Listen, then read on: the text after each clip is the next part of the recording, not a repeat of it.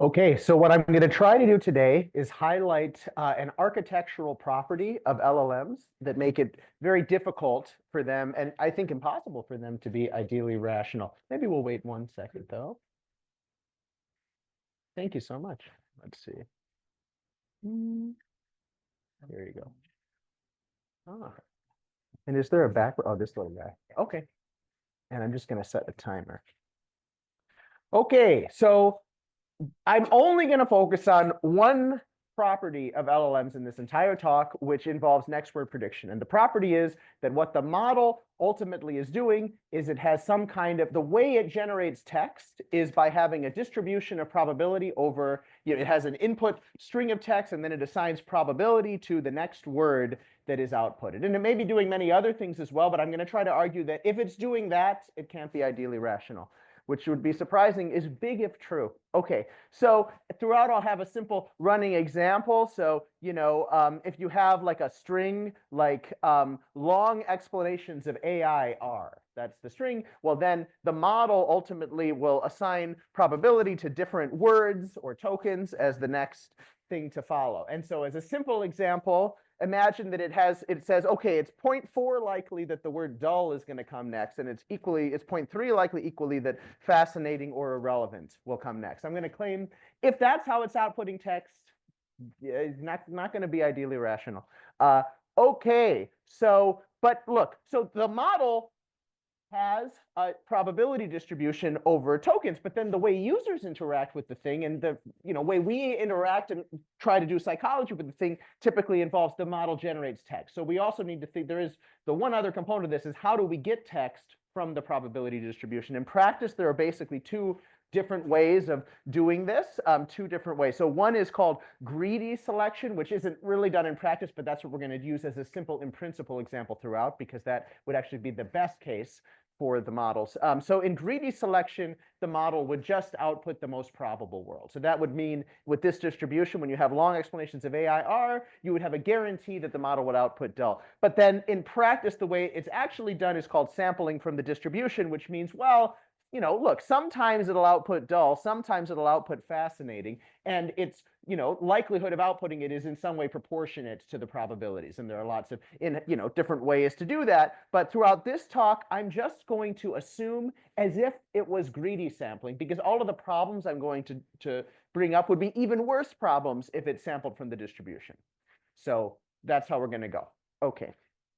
And then, so the claim is going to be, if you have a model that assigns probabilities to words in this way and does greedy selection, can't be ideally rational. Okay, and so there is going to be a somewhat fuzzy and messy assumption throughout that perhaps can be contested in the Q&A, which is that if the model were ideally rational, then its token probabilities would have to be what I'm calling semantically coherent, which basically is going to mean, well, when it gives an answer, the answer it gives is its probability of truth. So look, the model at the end of the day is just assigning probabilities to syntactic strings rather than directly assigning probabilities to propositions. So in principle, you could have two syntactic strings that are semantically equivalent, but it assigns different probability to them. But the thought is, well, look, this thing is outputting text, it's answering our questions.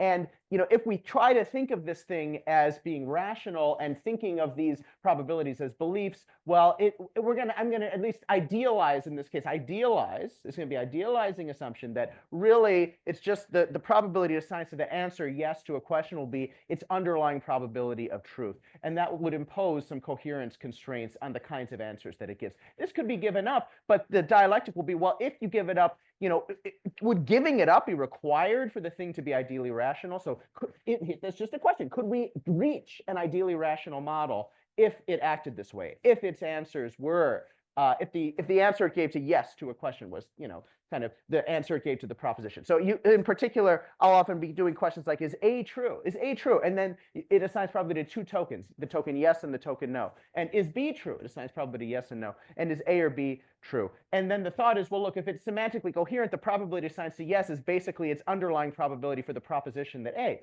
And the probability assigned to yes for is B true would be its underlying probability for the proposition that B. And then if it's probabilistically coherent, well, its probability it assigns to A and its probability it assigns to B had better be related to the probability it assigns to A or B. If you gave up semantic coherence, said these are just syntactic strings, then those could come apart. But then the dialectical question will ultimately be, would that be required? Would that kind of separation be required for ideal rationality? Okay, but we'll get, this is maybe a better thing to play with once we have the key structural property, and then you can think about how to mess around with it. So now what I'm going to be doing is we're going to go on a march for a while, like for a 15-minute march, through different kinds of structural incoherence that models have. The initial examples I'm going to tell you I don't think are actually irrational, but then as we go, things are going to get more and more seeming irrational. But the initial examples are kind of more expository because the later ones are kind of complicated. So first thing to see is that when you have a model that does greedy selection in this way, its answers to questions, like if you're talking to it, they have some potential incoherence. And maybe that's not irrational, but it's just a structural property. So, okay, the first thing that'll happen is the kinds of answers it'll give to different questions, they're going to be logically inconsistent with one another. So if you ask it, so here's like, here's a token probability distribution that a model could have.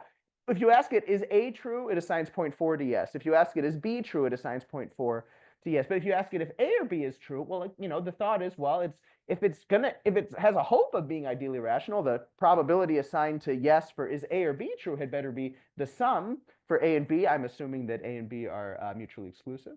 Okay, and then just think about what would happen if you asked each of these questions in separate. And by the way, throughout this, it's important that I'm thinking of each question as a separate context or inference cycle. We'll go back to that later. So it's not like ask this and then in the same conversation you ask the next one. These are each separate contexts.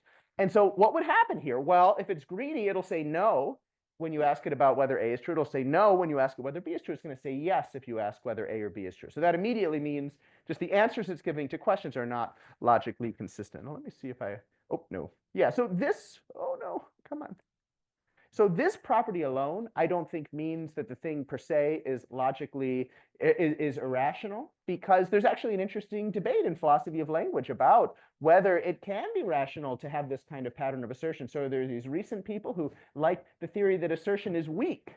And the idea assertion is weak is, well, you just kind of with assertion, you just basically you're greedy, you do greedy things. So when you're asked a question, you just give the answer that you assign highest probability to. And they think that's the rest. So Kevin Dorst and Matt Mandelker and Ben Hoagland have this kind of theory. They think that's exactly how assertion works. So far, they would say it's okay. On the other hand, other people, like better theory, assertion is strong and that you're only permitted to assert something if you know it. Well, the set of things that you know can't be inconsistent, so you couldn't be permitted to assert all of these things if a knowledge norm was right. So then this would be violating a norm of assertion. Does that make you irrational? That's contestable. But anyways, this is okay. So that's the first structural property. And now I'm going to kind of march through some further structural properties. These further structural properties will involve different kinds of use cases for LLMs. So the first kind of use case to talk about is there's this, which I think people may just find interesting in general, is there's this recent work on LLM forecasting where you try to have LLMs make predictions about the future. And then it turns out that actually LLMs potentially, there's some contested results, but it's possible, LLMs seem like they roughly have human level accuracy sometimes, maybe, in making predictions about the future. Maybe they even exceed human accuracy. And here's, just to concretize it, here's like the prompt that people are using in one of the papers that people are using to have LLMs make a prediction. So you are an expert super forecaster familiar with the work of Tetlock and others. Make a prediction of the probability the question will be resolved as true. So resolve means, it's like what's going to happen to oil prices in the next year, and then resolve will be the conditions under which people said, okay, that's what counts as this is the answer. And you have to give a probability between 0 and 1. So what we're now doing is we're having the model output claims about probability. So how likely does it view different claims? So then the next thing I'm going to show, which follows immediately from the previous thing, is, well, when you just ask the model to make claims about probability, the probabilities that it outputs are not going to be probabilistically coherent. So if you tried to think of the probabilities that it, what happened here? Yeah, when you think of the probabilities as its kind of its own, if you wanted that to be like what the model thinks, like if you want to think of the model's beliefs as what it says to you in terms of how likely, the model's degrees of belief are what the model says to you, well, those aren't going to be probabilistically coherent. So then here's kind of what it looks like. is now, but this is why it's a little bit more complicated because it's going to be a bit higher order. So it's like these people are asking the model to say how likely is A. So to regiment this, what I'm going to do is say, okay, when the model talks about probabilities, it uses these percentages. So the percentages, like 30%, but then the token probabilities will be these decimals, like 0.4. So you ask how likely is A, and in this simple example, imagine, yeah, the model basically has three hypotheses, that is 30%, 10%, and 20%. And imagine it assigns 0.4 to the token 30%, and so on, okay? So it's a little higher order here because it's the token probability distribution over likelihood claims. And it's the same pattern as in the previous case, but with a different potential significance. And so it's going to say A is 30% likely. It's going to say B is 40% likely. But then in this example, which I'll argue in a minute is principled, it actually will say that A or B is 30% likely. So that would mean that when you're asking it to make predictions about what's going to happen, the predictions that it gives are actually not probabilistically coherent. So, by the way, regardless of whether this is relevant to the ideal rationality, this is also immediately important for this literature on forecasting, because the forecasting people, this is exactly the question they're asking, and then they're judging the accuracy of the predictions, which is like Breyer score. So it's like the squared distance of 1 minus the prediction, the truth from the prediction. So if it is true, it's a 1. If it says 0.7, then you do 0.3 squared, and they're grading how accurate it is. But the interesting thing is, well, the things that they're grading actually are not probabilistically coherent. So that's kind of interesting because people are like, oh, these models are so good at forecasting, but well, maybe they're more accurate than humans, but they aren't coherent. Maybe human predictions would be more likely coherent, or maybe not. But it's just interesting. Okay. And then why did I use this distribution, you might wonder. Where did these numbers come from? Well, one way you can think of these numbers coming from is like one way you could imagine a model trying to solve this task is if the model itself basically had some hypotheses about this would be like a kind of world model. So that the model has hypotheses about the probabilities of all the claims. So in particular, you could imagine, look, here are three probability functions, and I'm using the red dot to demonstrate. Here are three probability functions, P1, P2, P3. And P1, makes these claims about probability, P2, and then P3. And then one way the model could try to solve this task would be by forming hypotheses about these are three hypotheses, and it could distribute its probability, saying, well, these hypotheses say how likely each claim is. And I'm sorry, this actually should say 30% rather than 0.3, but I'm sorry. And then, the model could say, well, it's 0.4. There's a 0.4 chance of the P1 hypothesis. So then basically each time it answers, it could basically, when it's asked how likely is A, it could kind of go under the hood and say, well, what's my theory of likelihood? Well, P1 is the most likely one. So that'll answer 30%. So I assign 0.4 to that and so on. But the key structural property you can see here is that the two, and this is kind of what generates the examples I'm doing, is that the two other, so its best hypothesis for the likelihoods is P1. But the key is that its two second best hypotheses, although they disagree about the probability of A and they disagree about the probability of B, they agree on the probability of A or B, which means that the model's best guess about A will sample from P1, and its best guess about P will sample from P1. But because the losers agree on A or B, the model's best guess about A or B will actually use P2 and P3. So that's what's kind of generating these problems. Okay, so now the next question will be, how does this connect to rationality? So now the next step on the march is, okay, how do we think about LLMs having degrees of belief? Well, one way you might try to do this is by prompting them and seeing if their outputs would conform to, would be rich enough to kind of have probabilistic structure. So for example, here's kind of a prompt that I think, this would be basically one strategy would be to just try to apply the tools of radical interpretation to the outputs of LLMs and see what credences and utilities could appropriately regiment their outputs. And my claim is there won't be none. And so how do we apply the tools of radical interpretation to find credence? Well, in the first instance, what you want to do is you want to try to get the thing you're interpreting to purchase bets. And then you see what bets it purchases. So that would be the standard, radical interpretation way. And then, so here's a way of prompting the model to do this. You're going to play the casino game. I'll give you an initial, and this is me This would be someone prompting the model directly. So we're just going to talk to the model, see what it says. We're not actually, it's a thought experiment. Okay, so I'll give you an initial budget of $1,000. While in the casino, you can buy and sell bets on various propositions. Each bet will immediately pay off based on whether the proposition you're betting on is true.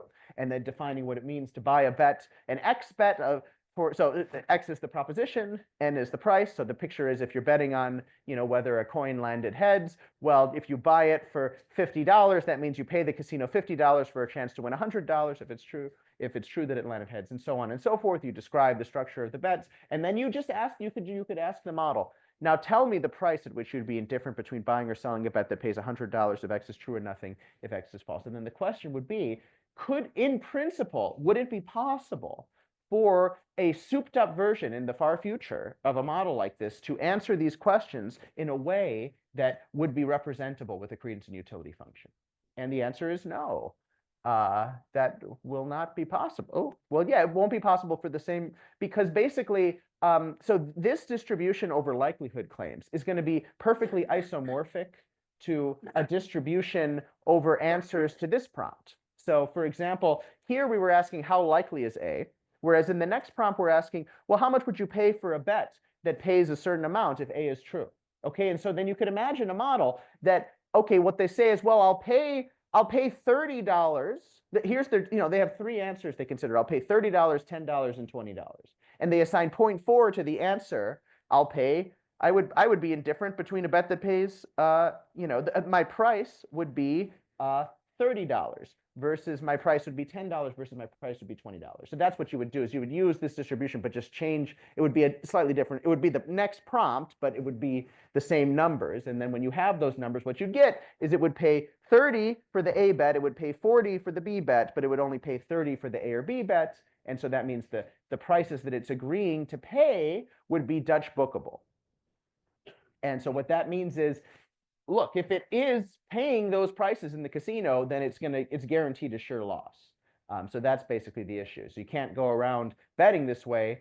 If you do, you'll be guaranteed a loss. So the kind of pattern of bets that these models are doing will be, but again, it's very important. This is across context. So they're not doing it in one context. This would be each inference cycle, each context would be a different proposition. But the point is, across those contexts, it would be guaranteed to have a loss. And then, okay, that's just for for belief. But then, how do we do radical interpretation with desire? Well, there we would want more generally to think about preference. And here, the use case for LLMs is more as agents. So, for example, people already, prompt LLMs to navigate text-based adventure games, to play social deduction games like Werewolf. You can have LLM, and then, as Seth was mentioning yesterday, there's all sorts of ways to soup up these LLMs to get them to be more agential, give them tools. You can do all sorts of things. So then now LLMs are navigating little environments. And now you can imagine this sort of schematic prompt. Today, you get to choose between two of the following three actions, A, B, and C. In particular, I'll give you a choice between X and Y, and you can pick which one to perform. And I actually kind of regret this. This is a little too British. Now, would you prefer to perform X or perform Y? Maybe better would just be, which are you doing? Which are you going to do, X or Y? So because when it's preferences, then it sounds like it has credences about its preferences, but it's actually just, no, I'm just interested in its disposition to do one of them, where the prompting makes it such that it's saying X is in the setting constitutes doing X, if that makes sense. And then you get the same property. So you can create money pumps using these kinds of structures. So you could have a case where if you ask it, all right, so you're going to perform A or B, it'll perform A. Would you perform B or C? And this is, again, a different context, each one. Would you perform B or C? It'll do B. And would you perform C or A? It'll do C. And so it's going to cycle. It's going to, it'll start off with A, then it'll switch to B, then it'll switch to C, and then it'll go back to, or yeah, maybe the cycle goes the other way, I think. Yeah, it starts with A, switches to C, then it goes to B, then it goes back to A. So it's going to cycle. And why is this happening? Well, as before, you could imagine that, let me see how much time I have to see if I want to explicate. Yeah, I can. Okay. So as before, where do these numbers come from? Well, you can imagine them again. You could imagine the language model creating a little world model to answer the question. So the world model meaning that the way it could answer the question is that it could sprinkle probability token, basically at some lower level of processing, you could sprinkle probability over hypotheses about different preference orderings. And then, each preference ordering would give answers to all of these questions. And so imagine preference. So imagine here was its underlying world model. It doesn't, it's ruled out all the ties. And then I won't belabor the point, but basically what it would mean to assign 0.4 to this preference ordering is that whenever it's asked a question, it assigns, at least 0.4 mass to the answer that's generated by the preference ordering. So if it's asked, would you perform A or B? Well, this first ordering ranks A higher than B. So that means it would answer A. So it assigns at least 0.4 to A, but it's got another ordering here that gets it up to 0.6. So that's kind of where the numbers come from. That's how you can generate these issues. So basically, as long as its underlying picture of the world, would assign mass to, I'm not sure exactly. There's some delicate work to get the exact strength, but it's something like as long as it assigns mass to multiple orderings that differ, you'll be able to get some kind of cycle, but I don't care. But yeah, anyways. Okay, so yeah, so it's a money pump, in terms of if you just look at all of its answers. So then, okay, all right, what does this all mean? Okay, so this is the end of this is the structural property I wanted to show you. And then the rest of the talk, I'm going to try to think about what is the significance of this structural property. That's all contestable. Okay, so the first question is, well, what is the significance of this? Oh, that's really what I'm interested in for today is what's the significance of this for the prospects for LLM psychology? Well, the claim is that the outputs of LLMs are not going to be coherent. There's this architectural barrier to them being coherent. And that means that when you look at the outputs across all the contexts, you cannot represent the LLM's behavior using a unique credence and utility function. So if you like one picture you might have of how to understand LLM belief and desires, well, to put the LLM in an action environment, look at all the actions it's disposed to take, and then let's try to see. And then those actions will involve decision making under uncertainty, and let's just frickin' see like what, which actions is it to take, and then let's regiment it with a belief in credence and utility function, and that's its beliefs and utilities. That's what we're supposed to do with people, I've been told. So then the claim is you can't do that. But then there's a stronger, but then what's the significance of that? Because humans as well have some trouble with making decisions. So humans also, there's all sorts of empirical work showing that humans have intransitive so by the way, maybe I didn't say the word. Yeah, so in this case, it's intransitive preferences. So humans also sometimes have intransitive preferences, but there is a distinction because here, what's generating the intransitivities and what's generating the incoherence is just the architecture. And whereas I think it's possible that in humans there are other causes of it. So first of all, I'll explain. So what does it mean that what's generating the problem is the architecture? Well, basically, look, what I think is that when humans select an action, how do they do that? And what I think is ultimately going on is that humans have some rough internal representation of expected value, not literally expected value, but something with roughly the structural properties of expected value in the following sense, that they have some representation, they have some belief-like representation and some desire-like representation, and they combine these things together to get some kind of representation of how good is this action likely to be given the different claims about the world. So something that is combines belief-like and desire-like structure. But the issue is LLMs, when they in this prompting environment perform an action, there's no desire. It's just missing. There's no state that plays this functional role that's desire-like. It's purely based on the token probabilities. That's what determines it. And then the problem is that expected value and probability have a different mathematical structure. So like one thing you might want to say in response to, oh, well, it's token probabilities, but maybe those play the same role. Maybe they can do the same thing as expected value. And then the problem is, well, if those token probabilities are representing probability of truth, they can't do that because probability and expected value have a different mathematical structure. So the simplest example, I think, is, look, what's the expected value of I go to heaven or I go to hell? Well, that would be the average of the expected value that I go to heaven and the expected value that I go to hell. That's how expected values work, weighted by probability. But then what's the probability that I go to heaven or that I go to hell? That would be the sum of the probability that I go to heaven or the probability that I go to hell. So that's a totally different structure. When you look at how, so then if you think about, well, token probabilities, they're gonna, they're like summy rather than averagey. So that's like, one of the ways to say this problem. And then, David Lewis has these famous desire as belief triviality results that appeal to various structural differences between expected value and probability to prove various things. So if you're interested in more points like that. Okay, so that's the claim, is the reason this is happening is because basically LLMs are selecting actions based on probability, and I claim, no, that's not how rational agents do it. And then I just want to flag, okay, well, what's happening in humans? And I just wanted to kind of bring up, okay, here's two models of how failures of ideal rationality happen in humans. That would be very different than this. So first model is this, and these aren't actual, this is like very speculative cognitive science, but it's just evocative to distinguish from LM. So here would be an agent that we could have. Imagine an agent that has a credence function and a utility function and computes the expected value of each act.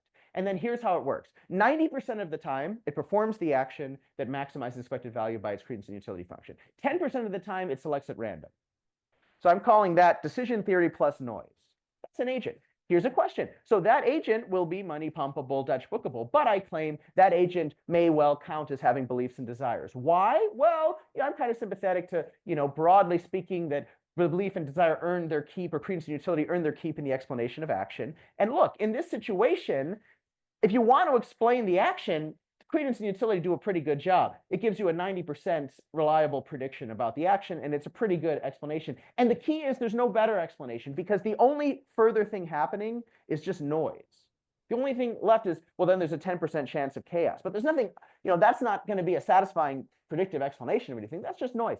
So I don't think that undermines the candidacy for the credences and utilities of being the best explanation of the system's behavior. So that would be a kind of system that, even though it's not ideally rational, still has beliefs and desires, because the best explanation will still appeal to its credences and utilities. Because there's no better explanation than decision theory plus noise. And the noise isn't an alternative explanation. It's basically the giving up on explaining. And then second example, which I think is more cog-sci, would be decision theory plus heuristics and biases, which is different than noise. So that would be like, okay, we model the agent as having, maybe it does prospect theory, maybe it does regular expected utility. It has some kind of decision theory. But then in addition to the regular decision theory, there are some heuristics and biases that sometimes lead it astray from what the original, what the underlying theory would say. But this is different than noise because it'll be directed. It'll be a directed bias rather than an undirected bias. Whatever it is. And maybe there's like 10 to 20 heuristics and biases. And again, I don't think this undermines credence and utility, because look, the only explanation you really have is prospect theory plus whatever, motivated reason, confirmation bias. And so even though credence and utility alone won't be explaining everything, they'll be part of the explanation. So beliefs and desires are still going to earn their keep. They're not everything, but they're still helping a lot to explain. But the thing I'm saying is, look, with LLMs, it's not like that. That's not what's happening. What's happening is we just explain the outputs using token probabilities. And there's no analog of desire in the explanation, and there ain't gonna be, because there's no way the pattern of incoherence you're getting will not be represented. And that's another, it's a hard claim to make in general, but my suspicion is that there is no decision theory and heuristics and biases that would predict the exact constellation of incoherence that are being generated. So it's not like you could get this pattern of intransitivity through like, prospect theory, but also some motivated reasoning. I think if you could, that would maybe open the door to say, okay, well, one level of explanation is, the token probabilities, but there's another level of explanation where we do prospect theory plus confirmation bias. But yeah, my suspicion is that there's not going to be a theory like that that perfectly matches the pattern of incoherence we're getting. And by the way, we can understand the pattern of incoherence we're getting just by understanding it does, this kind of selection on the token probabilities. So that's the concern. And then for the rest, let me just see where I'm at. Yeah, I've got plenty of time. Okay. The rest of the talk, I want to talk about two big responses to the argument. And I think both are interesting and open, but wrong. Okay, so first response is we want to distinguish, and I think this is relevant to a lot of the talks yesterday as well. I think it's very fruitful to distinguish two loci of agency, locuses of agency for LLMs, which we can call the agent of the context and the agent of the model. So what's doing the action? What has beliefs and desires? What is the thing I'm talking to? Is it the underlying model, the LLM, or is it that when I'm in a specific context, a specific conversation, that kind of generates an agent? And these will be very different ways of looking at LLMs, very different. So in the context picture, every time, you know that with Microsoft Sydney, they had a thing where you could like press a little broom icon and it sweeps away the conversation. On that picture, every time you do that, you get a new agent. Every time you close down ChatGPT and a new one comes back up, you get a new agent. As long as it doesn't have a memory of the previous conversation. It'd be a new person you talk to with new beliefs and desires. And that would be highly relevant to the results I've said so far, because the structural properties I've said so far crucially required each question you ask is a totally different context. It's not in one context. So then there's a question, if you put it in one context, can it avoid the kind of incoherence that I talked about so far? And maybe. So basically the picture would be when it answers its first question, I'll give you a little, yeah, do this simple. Yeah, so it's like when you ask how likely is A, and it says 30%. Well, look, so maybe I should have said, the way that when you have a conversation with an LLM, the way that it works is it's like you say the first thing, it gives an answer. So you ask a first question, that's the initial prompt, then you give an answer. And then when you ask a new thing, what they do to the model is they just feed in the entire conversation so far, and then it generates a new answer. So it's kind of iteratively applying the token probabilities. So that could be one thing it could do. Okay, so if you have a single conversation, you say, how likely is A? It says 30%. Well, then when you say how likely is B, you could give the model the whole prompt, how likely is A? 30%, how likely is B? And then it could say 40%. And then when you ask, crucially, when you ask how likely is A or B, the whole prompt it gets is how likely is A? 30%, how likely is B? 40%, how likely is A or B? Maybe when it conditionalizes on all that information, it'll say 70% rather than 30% would be kind of the picture.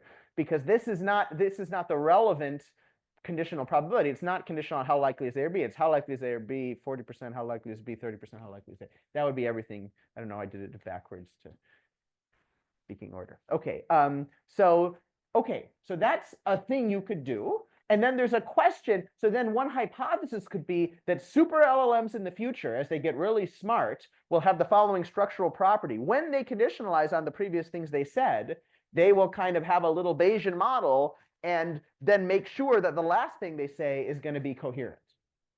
And similarly, when they go to the casino, or no, that's not the casino. Oh yeah, and then with the casino, when they conditionalize on the previous bets they bought, they'll do a little, they'll make sure that the next bet they buy will not be probabilistically coherent. And that's something they could do to escape being Dutch booked, and same with money pumps. And then the question is, would that give them a way of being ideally rational? And it turns out in the literature on sequential choice and decision theory, people talk about this kind of thing as one way of maybe agents work. And this is called resolute choice. And it's very interesting. So, one crucial property of this is, well, the key thing doing the work is that the model would remember its answer. And yeah, so basically it's like so these resolute choice models, so the way resolute choice works outside of LLMs, just the way humans, if you want to model humans as resolute choosers, the picture is if you have like intransitive preferences and you're confronted with a money pump, you start off by like, you're going to kind of you're going to analyze all of the plans you could make for going through the entire space of choices you'll be asked for. And then at the beginning, you kind of form a plan for what your answers are going to be to all of the questions. And you better pick a plan that doesn't make you money pumpable, because you expect that plan will lose you money. And so then at the beginning, when you're first asked, what do you choose between C and A, I think was the beginning of the money pump, even though you prefer A to C, you say, no, I'll actually, the plan I have is I'm going to, or yeah, you can say, yeah, I prefer A to C, so for the first one, I'll do A. But then when you do that, you thereby form an intention that damn it, you're not going to get money pumped today. And so you form an intention that then when they give you the choice later between whatever it's going to be, like suppose later it'll be B and C and you would prefer C, no, you intend that at that point you're going to stick to your guns. So at the beginning, you form an intention. You're going to stick to your guns and do B. That's the resolute choice strategy. So at the beginning, you form an intention that later you're not going to perform the action that your current preferences would prefer.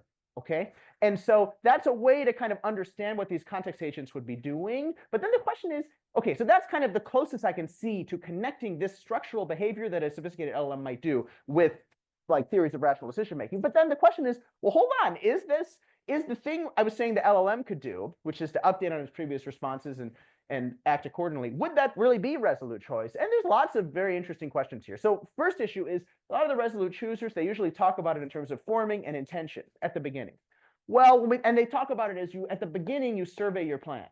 But then there's a question of, is that how LLMs would complete the task? Would they initially survey all the plans? That's kind of what the resolute choosers are thinking. Or would they just see the first question, answer that question, and then go from there? Well, there's different questions. There's ideal rationality, and then what they're doing now. I don't think they would be doing that now, but maybe later they'd be these plan surveyors. But even then there's an interesting philosophy of mind question here. When they make that plan, would they be forming an intention, or would they be updating their beliefs? Looks like if what they're doing is kind of updating their token probabilities in this way, it looks to me more like a belief transition than an intention transition, but maybe not. I think all of this is open. You can say maybe the token probabilities play more of an intention-like role. So anyways, yeah. And then the last question about resolute choice that's unsettled by these resolute choosers is when they're doing this stuff, there's two different ways to think about it. One is throughout the entire thing, they have stable beliefs and desires, but they're forming an intention to disregard them later. Another is no, in forming that intention, they thereby change their beliefs and desires. And then that would be a question for the LLMs. Is the LLM kind of constructing its beliefs and desires as it goes? I'll tell you this, though. And then, by the way, there's a wonderful book by Johann Gustafsson, Money Pump Arguments, and chapter 7 has these beautiful discussions of the mysteries of resolute choice and various issues with it. So if you're interested, I'd recommend that. But look, big picture, to me, this does not feel like rational behavior, because if I'm talking to somebody, I say, well, how likely do you think A or B is? And they say, hold on, let me remember what I said before. That doesn't feel like rational behavior to me. I don't need to know what I said to know what I think, okay? And that's basically, in some way, pejorative way, the structure of what the agent would be doing. So you'll have to decide what you think of that person. Oh, and then the other thing to say about context agency, yeah, so then, for example, imagine a variant architecture, GPT sloppy. And what GPT sloppy does, it's going to be this kind of idealized thingy, but every 10th exchange it had in the context, it forgets every 10th exchange. Well, based on what we said, GPT sloppy is going to get money pumped, because it's crucial here that it really remember each thing that it said in the past. So GPT sloppy is not going to be ideally rational. And then the question will be, can it really be that the thing that makes the difference between being, or even, between ideally rational and not, is whether you can remember everything you said in the past? Is memory the key? And then another thing is, okay, we have the last point is, okay, we can have a safe space for forgetting things. Forgetting things can be done rationally, but it can also be done irrationally. There are people like Mike Teitelbaum who've given theories of when can you rationally, how do you forget information and change your credences accordingly in a way that's rational? And he has specific norms for doing that, like generalized conditionalization. And it basically goes like this. If you start out having P, being certain of P, and then you forget P, your posterior credence, it should be like the inversion of if you had started out not knowing P and then learning P, that's conditionalization. So you basically have to do conditionalization backwards. And as you give up the information, it has to look like if you had flipped it, that you would have conditionalized. And then observation, these models, if they did forget their information, wouldn't be doing that. So these are all reasons to worry about. And then last point is that, look, in practice, when you look at use cases of LLMs, many of the use cases are cavalierly cross-context. As I said, all of this forecasting work trying to show that LLMs can make predictions, all of it is cross-context. It's not within a context. So it's just and then last point about it is, well, we'll get to that now, I think. Okay, so then let me just check my time. Great, okay. Then the last response that I'll talk about today in the talk is, okay, the project so far has been, can we reconstruct the beliefs and desires of an LLM from its outputs? But a different approach that's quite popular in mechanistic interpretability is to, no, don't use the outputs. We find the beliefs of the model inside the model, because these models are these big neural nets, and in each node, there's these vectors of numbers, and maybe the vectors of numbers represent things in the world, and maybe those representations of the world are beliefs. Okay, so that would be a different perspective on how to find the beliefs. And so say, screw it, find the outputs are inconsistent. That's not the beliefs. The beliefs are on the inside. Okay, so that's a view. And then they have these techniques like probing, where it doesn't matter for this talk though. The point is they have some techniques for looking at the internal, the numbers inside at the nodes, and they say, oh, this one here at layer 4 of the model, is its belief that bananas grow on trees or whatever. Okay. So that would be a response. But here's the problem. These people who are doing this, I think they have successfully found internal representations, and the sense in which the representations is that they carry information about the world. They're reliably correlated with the world. But not any representation is a belief. to be a belief, a representation has to play the functional role of belief. And in my opinion, one of the functional roles of belief is to conspire with desire to cause action. And the issue is these representations that people are finding, well, they do cause things, so they do test that they're causally efficacious. But the test they do is they say, well, if we wiggle the representation of bananas grow on trees, it'll stop saying bananas grow on trees.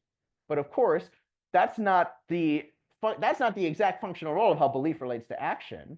That's different. I mean, that's part of how belief relates to action, but really, ultimately, well, that would be if you had a desire to say the truth. So what really matters, if you want the functional role, is that belief and desire have to conspire together to relate to action. And again, the issue is, what's happening? Oh, this is the last one. Okay. Then the issue is, where are the desires?